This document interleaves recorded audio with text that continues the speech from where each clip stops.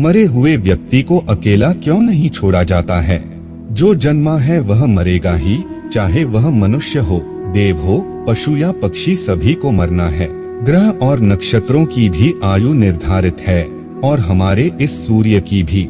इसे ही जन्म चक्र कहते हैं।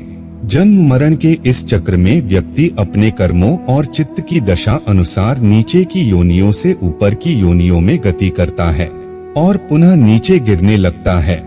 यह क्रम तब तक चलता है जब तक कि मोक्ष नहीं मिल जाता है। कई बार स्थितियां बदल जाती है। आओ जानते हैं गरुड़ पुराण के अनुसार कि मरने के बाद क्यों नहीं शव को अकेला छोड़ा जाता है। नमस्कार दोस्तों, धर्मा वचन चैनल पर आप सभी का स्वागत है। अगर आप भी भगवान श्री कृष्ण के भक्त हैं तो कमेंट में जय श्री कृष्णा जरूर लिखें। तो चलिए शुरू करते हैं आज की प्रस्तुति। नंबर 1, सूर्यास्त के बाद हुई है मृत्यु तो हिंदू धर्म के अनुसार शव को जलाया नहीं जाता है। इस दौरान शव को रात भर घर में ही रखा जाता है और किसी न किसी को उसके पास रहना होता है। उसका दाह संस्कार अगले दिन किया जाता है। यदि रात में ही शव को जला दिया जाता है तो इससे व्यक्ति को उद्योग की प्राप्त होती है और उसे मुक्ति नहीं मिलती है। ऐसी आत्मा असुर, दानव अथवा पिशाच की योनि में जन्म लेते हैं। नंबर 2, यदि किसी व्यक्ति की मृत्यु पंचक काल में हुई है तो पंचक काल में शव को नहीं जलाया जाता है। जब तक पंचक काल समाप्त नहीं हो जाता तब तक शव को घर में ही रखा जाता है और किसी न किसी को शव के पास रहना होता है।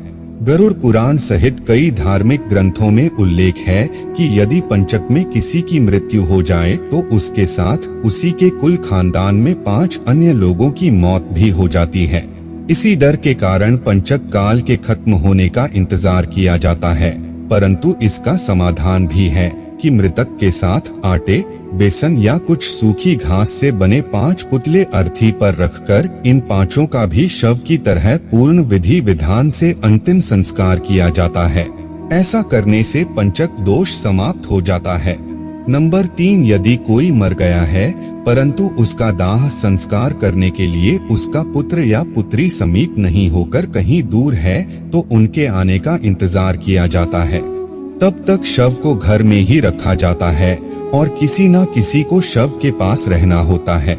कहते हैं कि पुत्र या पुत्री के हाथों ही दाह संस्कार होने पर मृतक को शांति मिलती है, अन्यथा वह भटकता रहता है।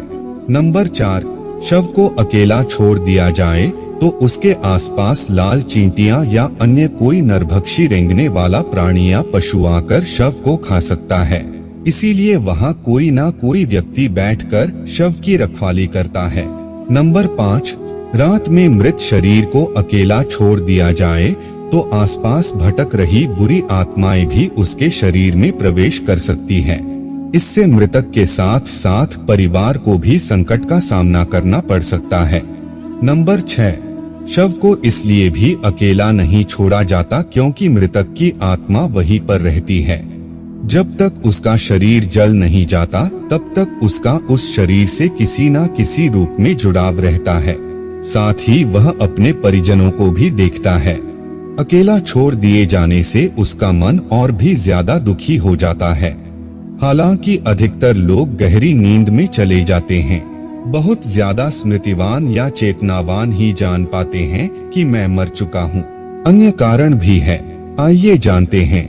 नंबर 1, यह भी माना जाता है कि यदि ज्यादा समय हो जाए तो शव से निकलने वाली गंध के चलते कई तरह के बैक्टीरिया भी पनपने लगते हैं और मक्खियां भी भिनभिनाने लगती हैं। इसीलिए वहां इस दौरान अगरबत्ती की सुगंध और दीपक भी जलाया जाता है। नंबर 2, यह भी कहा जाता है कि शव को अकेले छोड़ने से कई लोग जो तांत्रिक कर्म करते हैं उनके कारण भी मृत आत्मा संकट में पड़ सकती है। इसीलिए भी कोई ना कोई शव की रखवाली करता रहता है।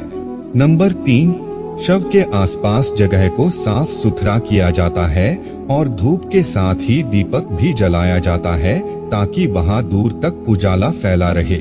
इसका भी यह कारण है कि मृतक कहीं अधोगति में नहीं चला जाए, क्योंकि रात्रि के अंधकार में अधोगति वाले कीट पतंगे, रेंगने वाले जीव जंतु और निशाचर प्राणी ज्यादा सक्रिय रहते हैं। उस दौरान आत्मा यदि गहरी तंद्रा में है तो उसके अधोगति में जाने की संभावना भी बढ़ जाती है। उल्लेखनीय है कि भीष्म पितामह ने अधोगति से बचने के लिए ही सूर्य के उत्तरायण होने का इंतजार किया था। उत्तरायण में प्रकृति और चेतना की गति ऊपर की ओर होने लगती है।